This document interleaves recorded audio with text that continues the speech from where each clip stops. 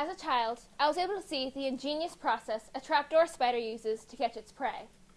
I was able to watch in the grass as a centipede walked unknowingly toward what seemed to be just a pile of leaves, only for when he got closer, they quickly lifted up and revealed an 8-eyed beast, who quickly dragged its prey down into its lair. Moments later, the spider peered back out of its trap just in time for a beetle to pass by, so quickly shut the door, hiding from its natural predator. So when the beetle tried to go into his trap, the leaves would not budge. After all, the trapper that knows when to run and hide lives to trap another day. It was at this time that I learned that spiders truly are the best hunters. Years later, and I still vividly remember this lesson, but I didn't gain it from books, a classroom, or even the great outdoors.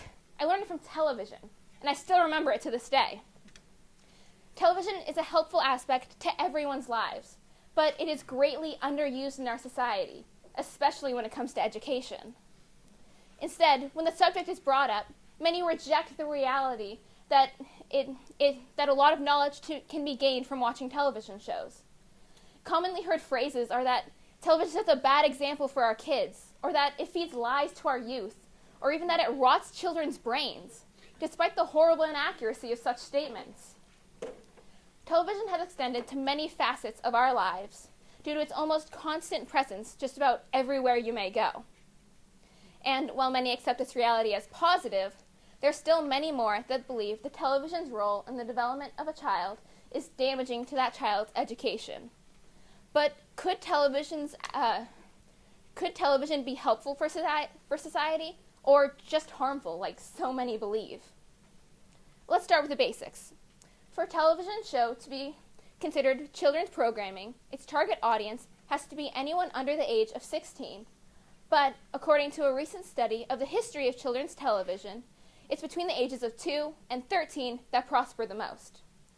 This is because, according to the American Academy of Pediatrics, children under the age of 2 should not be watching any television whatsoever, and should instead be focusing on the concrete, physical reality around them. The history of television and its relation to the family began in the early 20th century with its creation as a means of communication and news worldwide. Today, it's used by the majority of its viewers as a means of entertainment, academics, and for information about current events through the news. But it's also riddled with advertisements and functions as an escape from reality for many people. Television is helpful for a child's social, moral, and cognitive development. It can teach important lessons through the use of storytelling, which is engaging to the senses and emotions of the viewers. And it's very helpful for children with different learning styles. It can teach emotional skills such as sympathy and friendship through the use of understandable and relatable characters who exemplify good behavior through their stories. Educational television has been around in the 1950s, which can illustrate a period of time, a certain concept, or to portray a story. And its educational value in the classroom even is diverse and necessary for many children.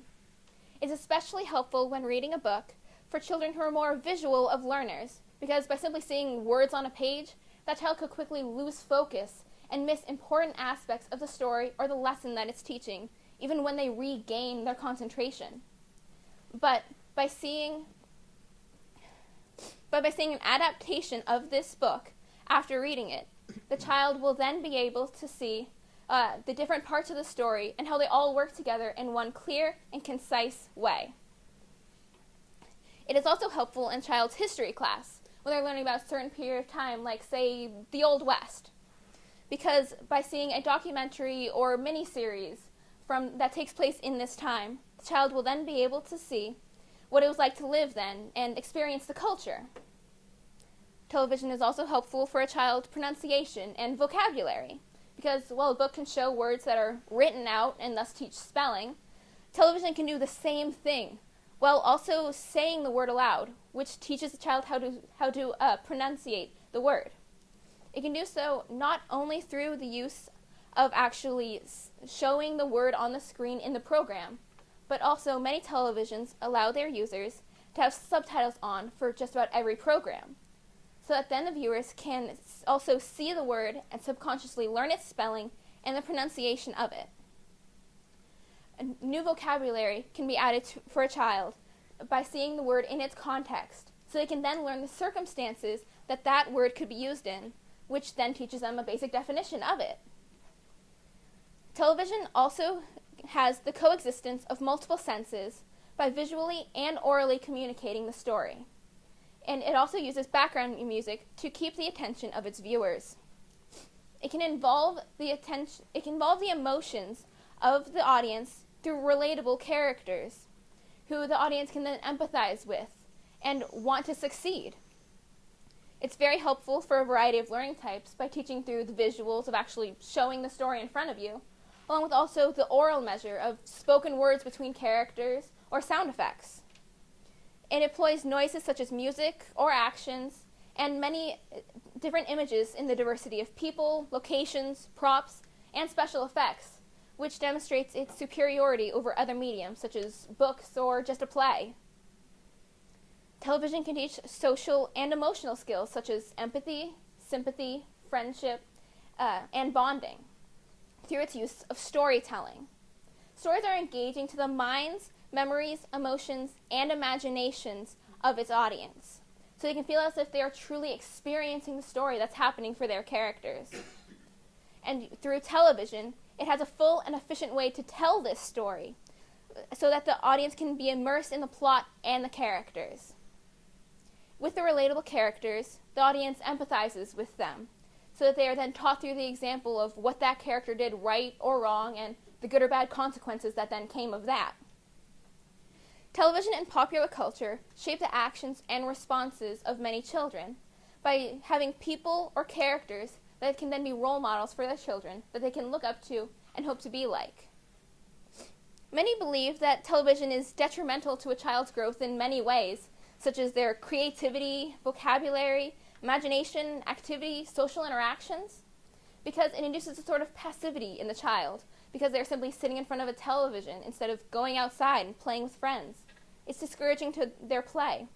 And it also doesn't allow for questioning or alternative explanation, only giving one storyline that has to be stuck with.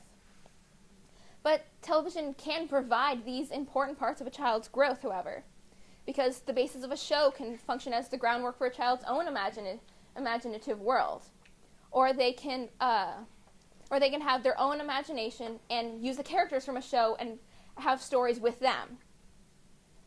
It can teach the same concepts as social interaction by showing examples of the right and wrong things to do, going by what the characters have done, almost as if the child has experienced that, but with less consequences to themselves.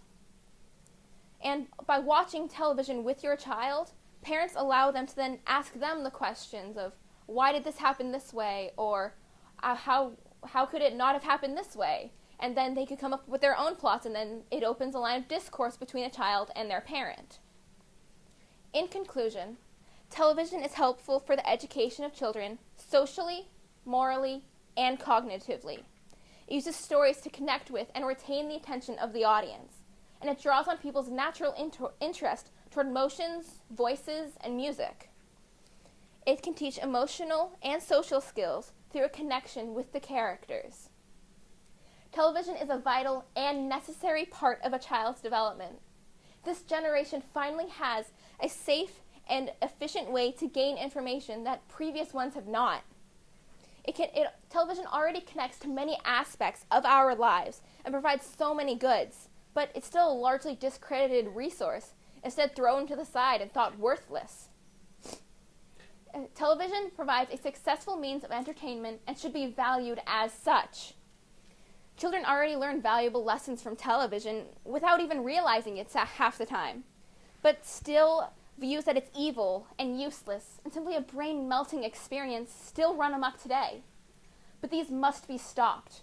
If you care about your child's education, you will also care about optimizing their experience with television. Thank you.